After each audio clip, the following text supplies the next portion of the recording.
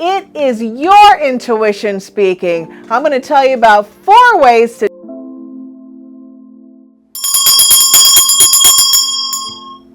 Hi, I'm Elemi from Yeyeo Botanica. Welcome to your spiritual home. And if this is your first time, welcome, welcome, welcome. Our channel's about spiritual lifestyle and African spirituality. And if you're interested in any of those topics, stick around. But first, I want to shout out all my people from Tampa. Woohoo! Welcome.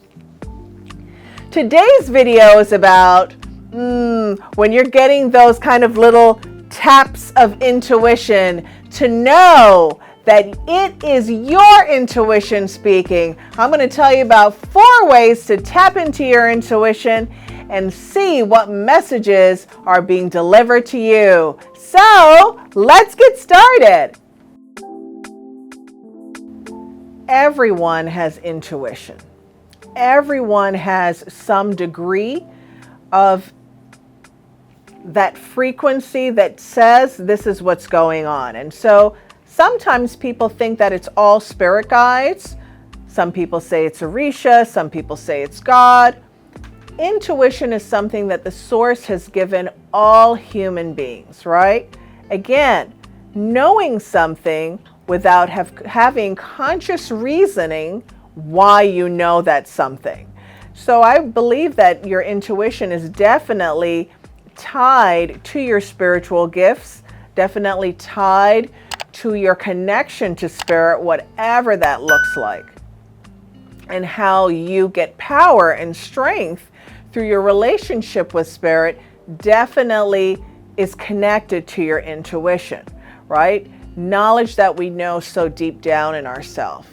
And this knowledge and information comes to us all the time. We get it so often. I'm going to give 1 or 2 examples during the video that all of you will go, oh yeah, that's happened to me. Or yeah, I didn't really know how that worked, but it was so cool that it happened, right? Kind of like when you think of someone and then they call, right? It's like, well, I was just thinking about you.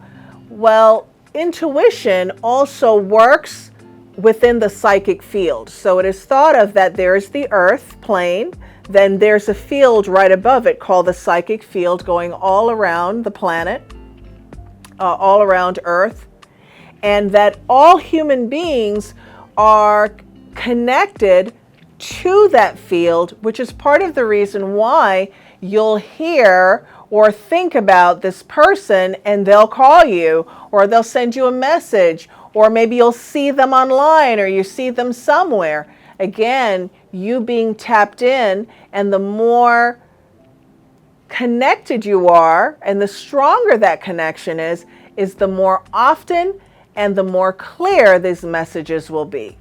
So in your first exercise with doing this, you want to minimize distraction. So one of the things that's very, very helpful when really tapping into your intuition and starting to hear, we say, sometimes we call it God's voice. Sometimes when we want to really tap into that is to be in silence. So what does that mean? You could be in silence in your car, driving home, on the train, commuting. Having something that dulls out sound can be very, very effective for you to hear your own thoughts. And this is also another way that your intuition can bring you clarity, can bring you answers, bring you a whole nother way of thinking about something as a result of getting rid of distractions and hearing that quiet within your mind. So some people may even call that meditation. And I did a video on that you've been meditating and didn't even realize it, which is, you know, you could be meditating washing dishes, riding your bike, walking outside, taking a shower. This is a version of that, the sitting with no noise or no distractions, but it is not necessarily with the intention of meditation. It's more so in the intention of no distraction, right? The second one, which I think is really, really interesting, is when we're getting information that we really, really should not be chasing the information, right? Is that what I think I heard? What does it really mean? Does it mean this? Does it mean that? By letting that information just kind of flow to you in a way that you become very, very clear. Oh, that's a message. I wasn't thinking about that. That wasn't even in my consciousness. No reason why I'd be thinking that. That's so random, right? So not chasing information, but being aware of how information comes. Is it coming through the media? Is it coming through music? Maybe a show, someone sending you a message, something that you saw in your feed. Things like that can definitely be spirit giving you messages. And if you see these messages happening or repeating themselves multiple times, that's also a good indication. Hey, wait a minute, let me pay attention to that. I had an incident the other day with someone that I was trying to give a message to in a crowd. And I wanted them to hear the message and get the message without necessarily everyone else knowing. And the message that I was trying to tell them is, let's go, let's go, let's go. I want to go, I want to go, right? So I gave them like 3 very distinct messages, and I got in their face one time and I said it, and then I moved away and I kind of like touched their arm and was like, yeah, let's go. Nothing I did worked. But I give that to say our attuneness of paying attention to these intricate signs. Sometimes they're very, very subtle, or sometimes they're very, very abrupt. Not turning it into something, but being clear, this is a message, right? So I just gave you guys a message that I had. I just gave up and just left. I was just like, I'm leaving. None of my cues worked.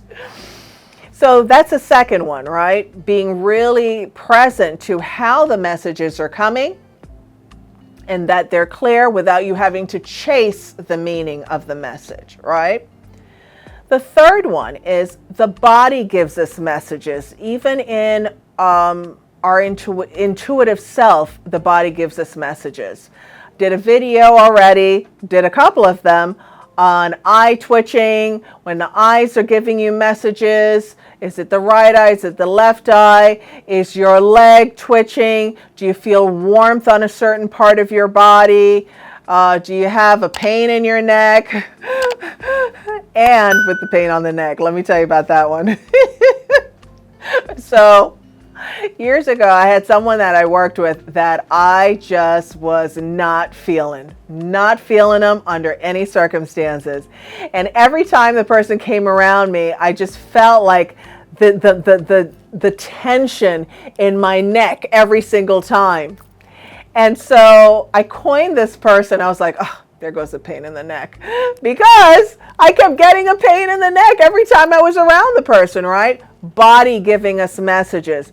Being attuned to certain things that are happening. So like someone gave one earlier, said the twitching of the eye can be, oh, you're gonna, it's gonna rain or something like that. There are a lot of different folk wives' tales and old wife tales that kind of tap into these things. But your intuition as it pertains to your body, a lot of times is giving you messages. I would encourage you to do a little bit of research online, because I can't go through every part of the body in the video. But if you're having like certain things that happen, how is this telling me something? Like sometimes people get like these pins under their feet. Oftentimes that is your intuition telling you that there's a spirit guide around, but also be careful of where you're going, right? So that's just a quick message on that. And fourth, I wanted to share with you, when the thought comes, it's usually correct. The first mind is usually the mind, right? Everyone says, follow your first mind, right? Don't go back and forth and change it. And I have to say, I've tested this so many times with myself. I love to test all kinds of spiritual things. And I encourage you, the first thought that you have around a particular subject that you're very clear about, very intentional about, I encourage you to follow it, because that is your intuitive self giving you a message, telling you what to do, giving an answer, giving a resolution, and it's for us, for you to pay attention. Many, many times we're seeing these messages, or you say, oh, I was going to do this. Oh, maybe not. And you try to talk yourself out of it. Yeah, you should have done it. Right? So following your first mind, remember that we're all connected, and certain aspects of your intuition is connected with everyone, and other aspects of your intuition are driven through your higher spiritual self in addition to your spirit guides. So I hope you got some ideas about how to really start to kind of peel the onion a little bit with your intuition. And of course, I want to say to all of you, trust yourself. Trust yourself. Trust yourself. And if you don't trust yourself, using some of these tools that I've mentioned can help you to strengthen your own intuition, which in turn will help you to trust yourself more. So let me know what you do to grow your own intuition. Give me some comments. I'd love to see them. And if maybe I can incorporate them in a video or two, I'd love to do that. See you soon. Remember, hit the bell for notifications. Stay in the know through those notifications. Give me a thumbs up to let me know that you got something out of this video. Thank you so much, and see you next time. Ashe, ashe, ashe.